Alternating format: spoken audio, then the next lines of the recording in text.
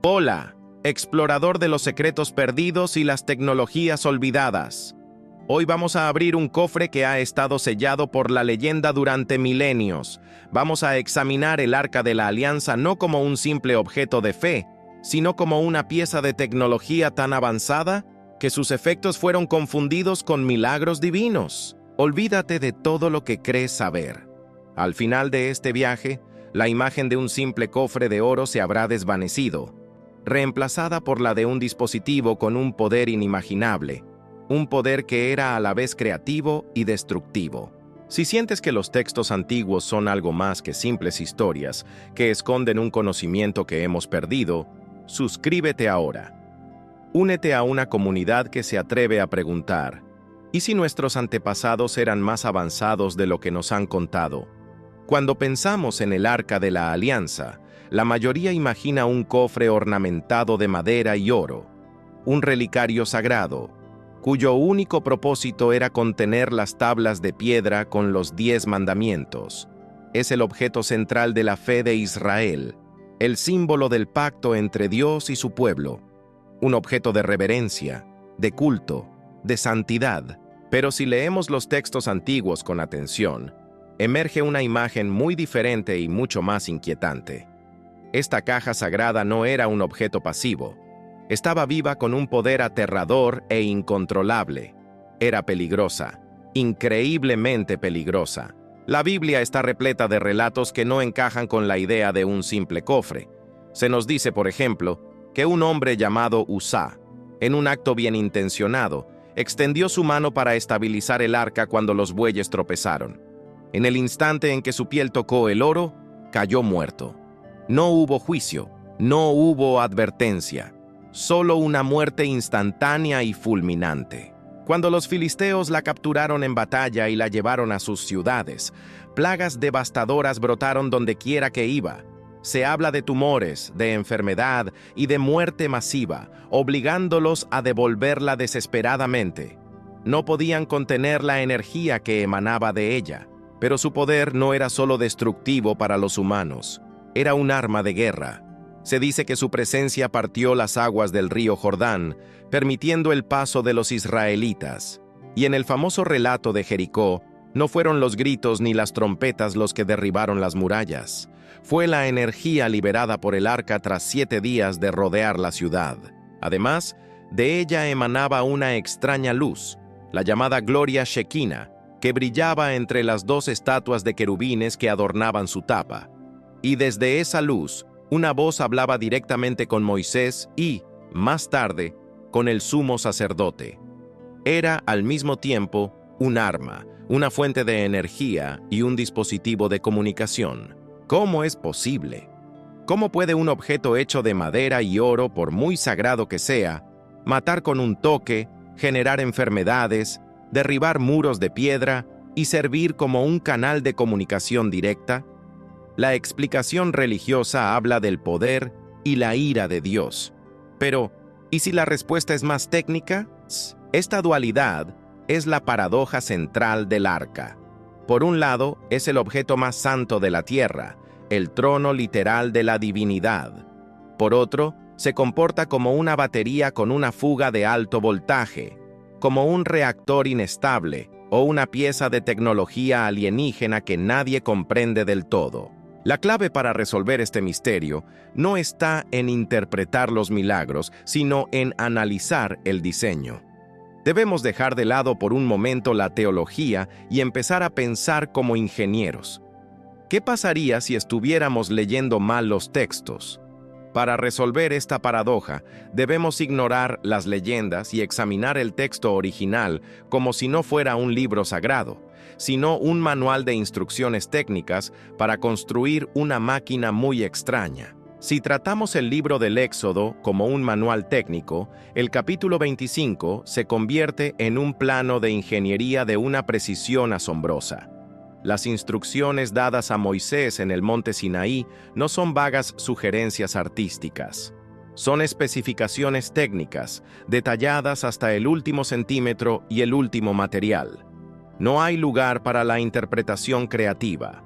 Las dimensiones son exactas. Harán también un arca de madera de acacia, cuya longitud será de 2 codos y medio, su anchura de codo y medio, y su altura de codo y medio. Esto es aproximadamente 112 centímetros de largo por 67 de ancho y alto, un tamaño considerable pero aún manejable y portátil. Luego vienen los materiales, y aquí es donde el misterio se profundiza. El primer material especificado es la madera de acacia. La acacia es una madera extremadamente dura y densa, resistente a la descomposición, ideal para construir un objeto que debe durar generaciones en el duro clima del desierto. Pero tiene otra propiedad fundamental. Es un excelente aislante eléctrico, un dieléctrico.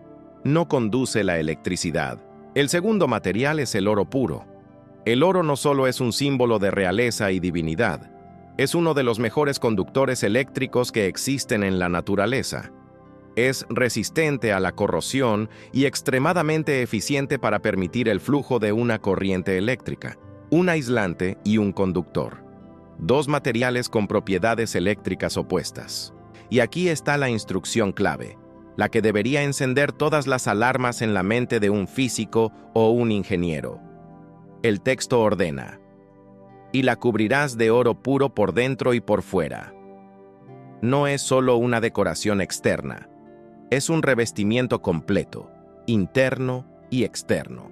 Se está creando deliberadamente una estructura de capas. Imagina un sándwich de materiales.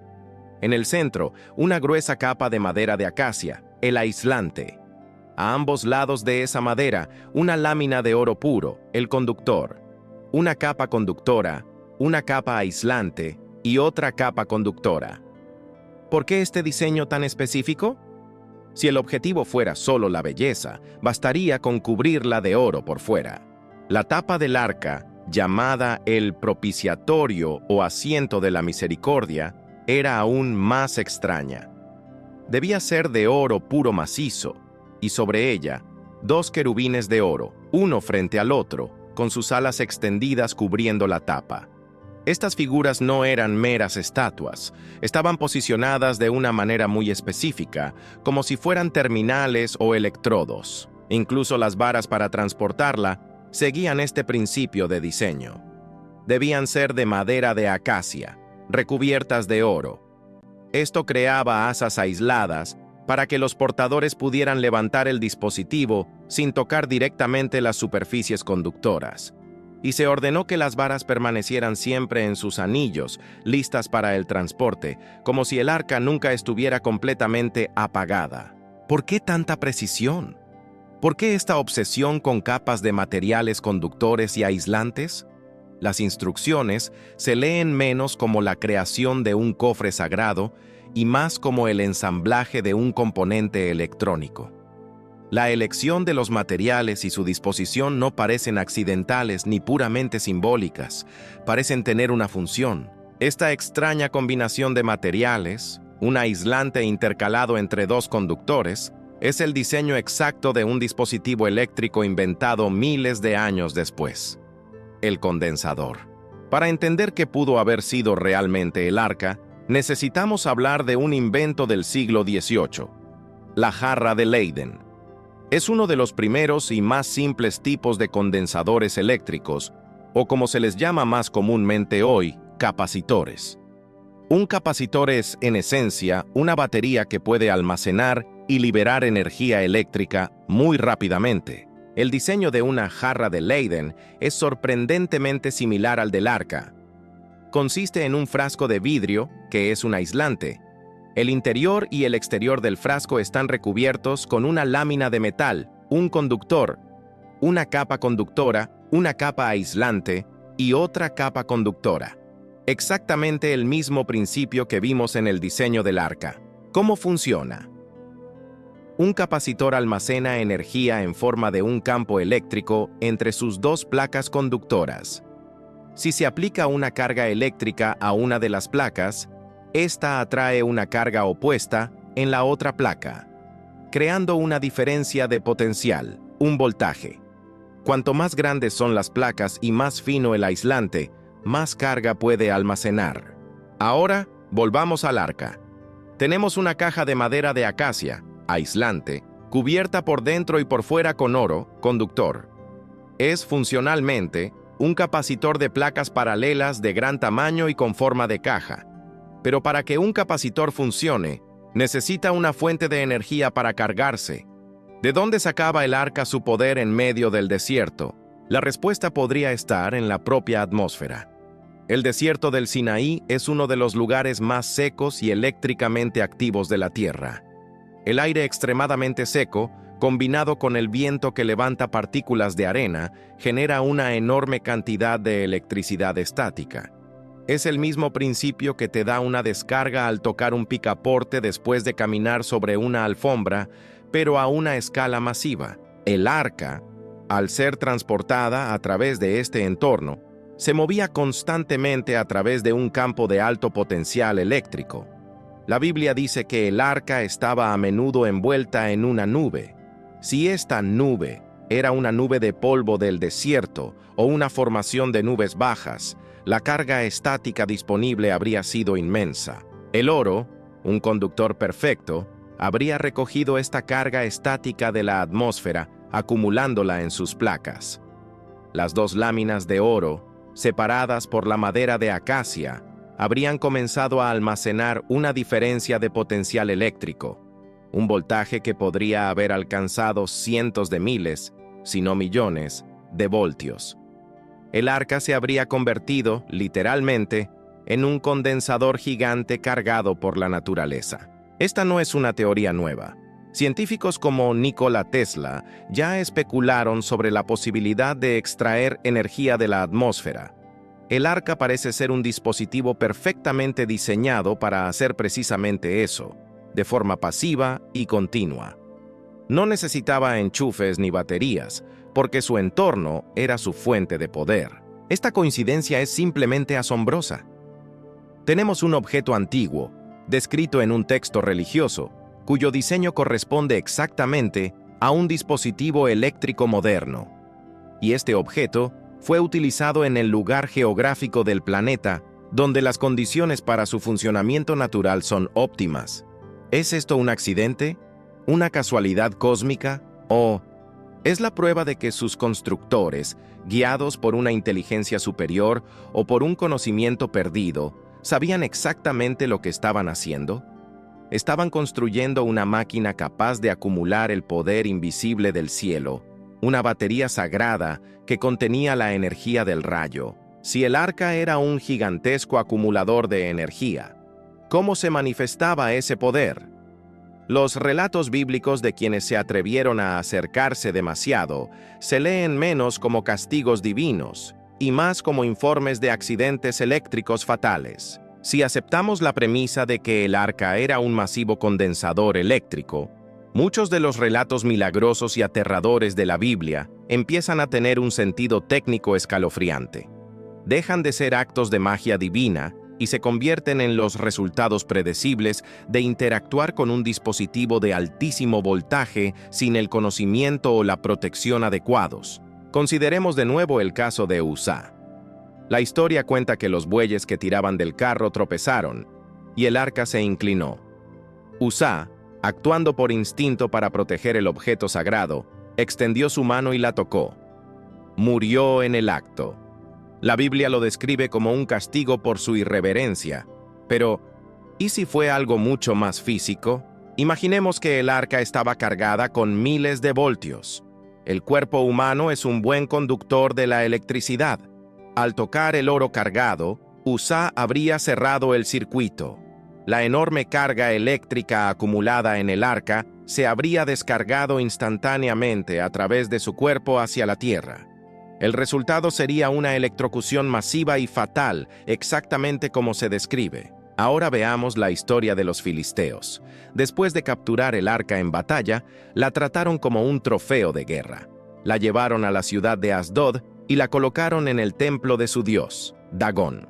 Al día siguiente, la estatua de Dagón apareció postrada ante el arca. La volvieron a levantar y al día siguiente apareció de nuevo caída y rota. Pero lo más terrible fue el efecto sobre la población. El texto dice que fueron afligidos con tumores. Cuando trasladaron el arca a otras ciudades filisteas, como Gat y Ecrón, la misma plaga mortal lo siguió. Esta palabra, tumores, ha sido interpretada de muchas maneras, pero en el contexto de un dispositivo de alta energía, podría describir algo muy específico.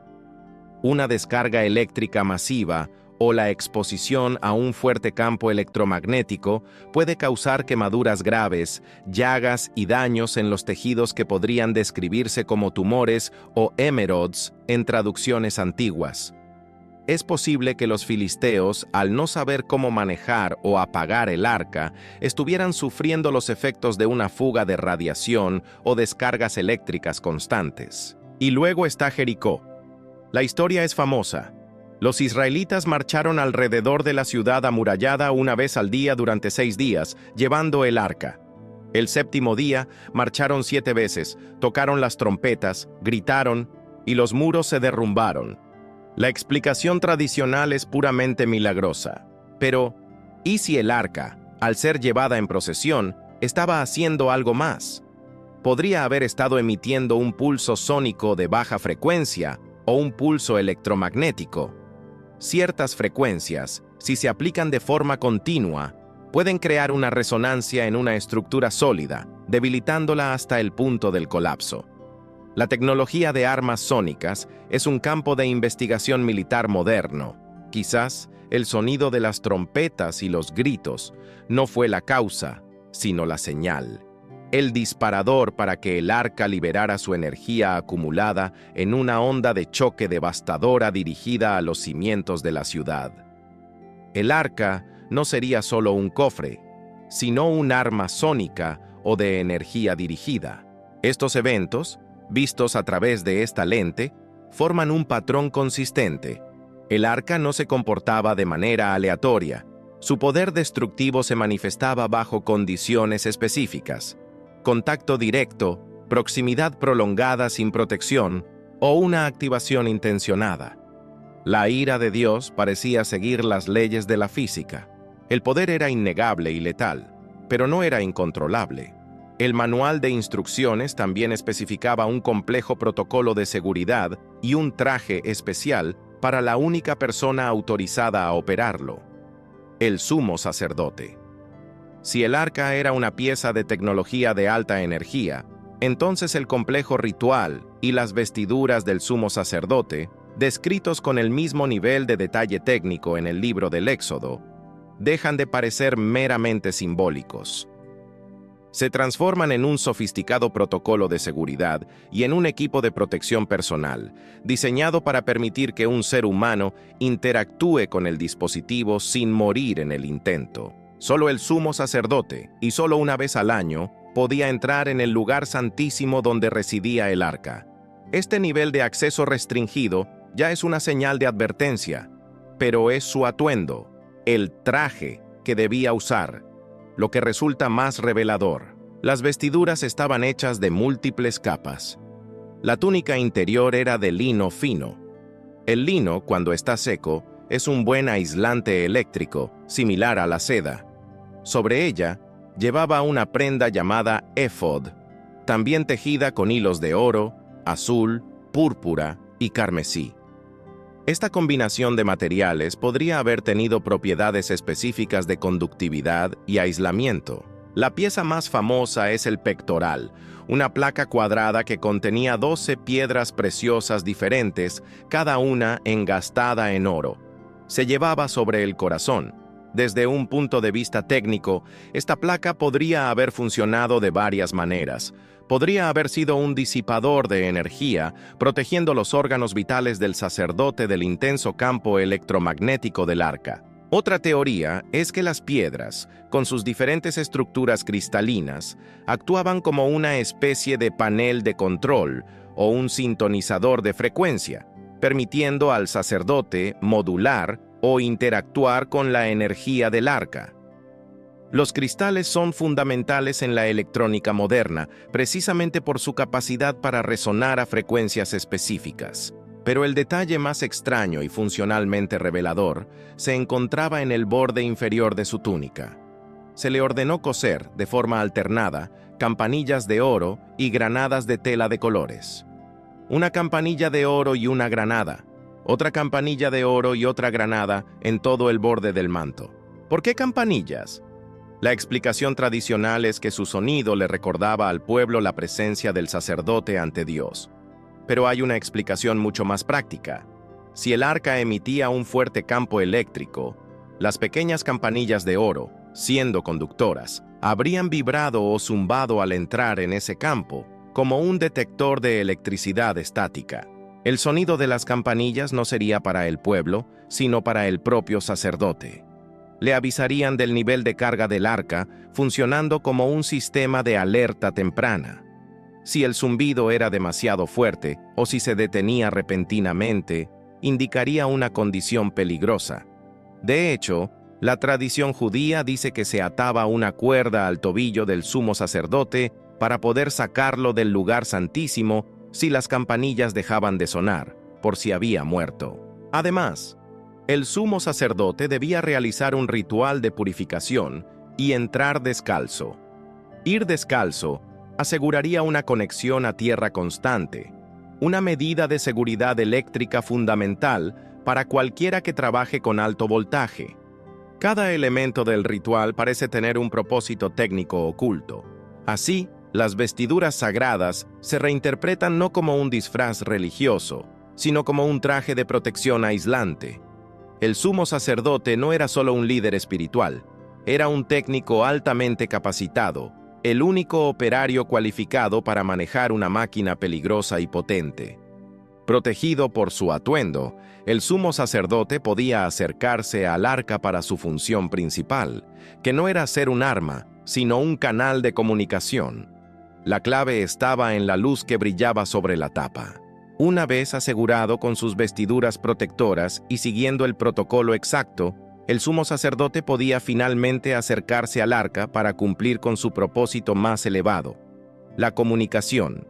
El arca no era solo una batería peligrosa o un arma, era, fundamentalmente, un dispositivo de comunicación, un teléfono directo con la divinidad.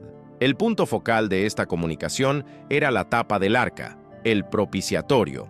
Sobre esta placa de oro macizo se encontraban los dos querubines, uno frente al otro, con las alas extendidas hacia adelante. El texto bíblico es muy específico al describir lo que sucedía en ese espacio entre las dos figuras doradas. Dios le dice a Moisés: «Y de allí me declararé a ti, y hablaré contigo de sobre el propiciatorio, de entre los dos querubines que están sobre el arca del testimonio». En ese preciso lugar se manifestaba un fenómeno visible y audible, una luz brillante conocida en la tradición hebrea como la gloria Shekinah. Desde una perspectiva puramente religiosa, esta luz era la manifestación física de la presencia de Dios. Pero si continuamos con nuestro análisis técnico, esta descripción encaja perfectamente con un fenómeno eléctrico bien conocido: un arco voltaico o una descarga de plasma. Imaginemos a los dos querubines de oro como dos electrodos. Cuando la diferencia de potencial eléctrico entre ellos, alimentada por la inmensa carga almacenada en el arca, se volvía lo suficientemente grande, podía superar la resistencia del aire. Esto crearía un arco de luz visible, un rayo controlado que saltaría de un querubín a otro. Este arco de plasma brillante, ionizando el aire, produciría un sonido, un zumbido o crepitar característico. Cualquier persona que haya visto un transformador de alto voltaje o una bobina de Tesla ha presenciado un fenómeno similar. La gloria Shekinah podría haber sido, en términos físicos, una descarga de plasma controlada entre dos terminales. Pero la Biblia dice más. Afirma que una voz salía de esa luz. ¿Cómo puede una descarga de plasma hablar? Aquí es donde la teoría se vuelve aún más fascinante. Un campo electromagnético, como el generado por un arco eléctrico, puede ser modulado para transportar información. Este es el principio básico de la radio. Si la energía del arca no era una simple descarga bruta, sino una corriente cuya frecuencia y amplitud podían ser controladas, entonces la voz podría haber sido información codificada en ese campo electromagnético. No necesariamente una voz audible en el aire, sino quizás una transmisión directa a la conciencia del sumo sacerdote, sintonizado adecuadamente por su estado mental y, posiblemente, por las piedras de su pectoral. El arca, entonces, se revela como un sistema mucho más complejo. No era solo un capacitor, la caja, sino un sistema completo con una fuente de poder, la carga estática atmosférica, terminales de salida, los querubines y un transceptor capaz de convertir energía en información. Era una radio bidireccional, un dispositivo para transmitir y, presumiblemente, recibir. Esta idea de comunicación a través de campos de energía no es magia, es la base de toda nuestra tecnología de comunicaciones moderna. Lo que es extraordinario es encontrar un sistema tan sofisticado descrito en un texto de hace más de 3000 años. Un dispositivo capaz de generar campos de energía y actuar como comunicador no es una idea aislada. Si miramos a la cultura más avanzada de la época, el Egipto de los faraones, encontramos ecos inquietantes de esta misma tecnología perdida. La idea de que el Arca de la Alianza fuera una pieza de tecnología avanzada se vuelve aún más plausible cuando consideramos el contexto histórico y geográfico en el que fue creada. Moisés, el hombre que recibió las instrucciones para construirla, no era un simple pastor del desierto. La Biblia afirma claramente que fue criado como un príncipe de Egipto y fue enseñado en toda la sabiduría de los egipcios. Egipto, en esa época, era el pináculo del conocimiento y la civilización. Eran maestros en arquitectura, matemáticas, astronomía y posiblemente en otras ciencias que hemos perdido u olvidado. Es posible que Moisés tuviera acceso a un conocimiento técnico secreto, una sabiduría de los egipcios que iba más allá de la simple construcción de pirámides. Si buscamos en los registros de la propia civilización egipcia, encontramos pistas intrigantes que sugieren que no solo conocían la electricidad, sino que podrían haberla utilizado. El ejemplo más famoso y controvertido se encuentra en el templo de Hathor, en Dendera. Allí, en un muro de una cripta subterránea, hay un relieve que ha desconcertado a los egiptólogos durante décadas. El grabado muestra a varias figuras sosteniendo lo que parece ser una bombilla gigante o un tubo de crux. Dentro del bulbo, una serpiente se extiende de una flor de loto, pareciéndose notablemente a un filamento. El bulbo está conectado por un cable a una caja rectangular que algunos han interpretado como una fuente de poder, un generador llamado Jed. Para muchos investigadores alternativos, esto no es un símbolo mitológico, sino un diagrama esquemático de un dispositivo de iluminación. Si los egipcios tenían acceso a algún tipo de energía eléctrica, seguramente necesitarían dispositivos para almacenarla y transportarla. Y de hecho, encontramos representaciones de objetos muy similares al arca en el arte egipcio. En las paredes de las tumbas y templos, a menudo se ven procesiones sagradas en las que los sacerdotes transportan un cofre o santuario sobre dos varas. Un ejemplo notable se encuentra en el templo de Seti I en Abidos. Allí se muestran cofres sagrados con diseños que evocan poder y energía, a menudo coronados con figuras de deidades o símbolos que podrían representar terminales. Estos objetos, al igual que el arca, eran considerados extremadamente sagrados y peligrosos, y solo podían ser manipulados por sacerdotes iniciados. ¿Podría el Arca de la Alianza haber sido una versión hebrea, quizás más avanzada o portátil, de una tecnología que ya existía en los templos de élite de Egipto? Moisés, con su conocimiento interno de los secretos sacerdotales egipcios, habría sabido exactamente cómo construir un dispositivo de este tipo. Esta conexión no disminuye la singularidad del arca, sino que la ancla en un contexto tecnológico plausible. No habría surgido de la nada en el desierto, sino que sería el producto de un conocimiento heredado y adaptado para un nuevo propósito. La sabiduría de los egipcios podría haber sido mucho más que filosofía y rituales. Podría haber sido una verdadera ciencia de la energía. Si esta tecnología era real, si existían múltiples versiones de ella, Representa una cumbre de conocimiento que fusiona lo físico y lo espiritual. Esto nos lleva a la reflexión final. ¿Qué fue lo que perdimos? Al contemplar el arca como una pieza de tecnología, nos enfrentamos a una pregunta mucho más profunda que simplemente cómo funcionaba. Nos obliga a reconsiderar nuestra definición de tecnología. Nuestra visión moderna es inherentemente materialista. Creamos máquinas externas, separadas de nosotros, que funcionan independientemente de nuestro estado mental o espiritual. Un teléfono funciona igual de bien si estás feliz o triste. Pero, ¿y si los antiguos tenían un enfoque diferente? ¿Y si su tecnología era una simbiosis entre la máquina y la conciencia del operador? Esto podría explicar por qué el arca era tan selectiva en su poder. ¿Por qué mataba a Uzá, un hombre común, pero podía ser manejada con seguridad por el sumo sacerdote? Quizás no se trataba solo del traje de protección. Tal vez el factor crucial era el propio sacerdote, su entrenamiento, su pureza de intención, su estado de conciencia. En este modelo, el sumo sacerdote no era un simple operario, sino un componente integral del circuito.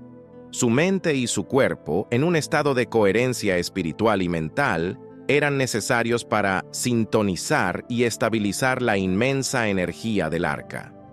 Sin esa sintonización, el arca se convertía en una fuerza caótica y destructiva, una batería con fugas de poder incontrolado.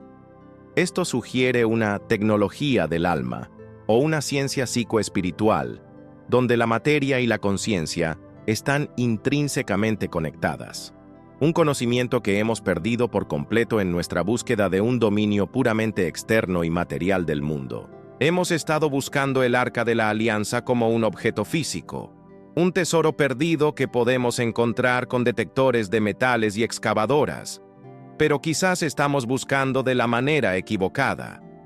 ¿Y si el verdadero secreto no es el oro y la madera, sino la interacción entre el dispositivo y un estado elevado de conciencia humana que ya no sabemos cómo alcanzar? La pérdida del arca, entonces, no fue simplemente la pérdida de un artefacto histórico, por muy valioso que fuera. Fue el momento en que perdimos un manual de instrucciones sobre una forma completamente diferente de entender y relacionarnos con el universo. Perdimos la prueba de que lo físico y lo espiritual no son dos reinos separados, sino dos facetas de la misma realidad. Quizás el arca no fue diseñada para ser entendida por una civilización como la nuestra, que separa la ciencia de la espiritualidad, la mente de la materia. Quizás solo puede ser redescubierta cuando volvamos a unir esas dos mitades de nuestro conocimiento. Hoy, la física cuántica está empezando a rozar los bordes de esta idea, demostrando que la conciencia del observador puede influir en la realidad física a nivel subatómico. Estamos redescubriendo, con nuestra ciencia más avanzada, una verdad que nuestros antepasados podrían haber conocido y aplicado de maneras que apenas podemos imaginar.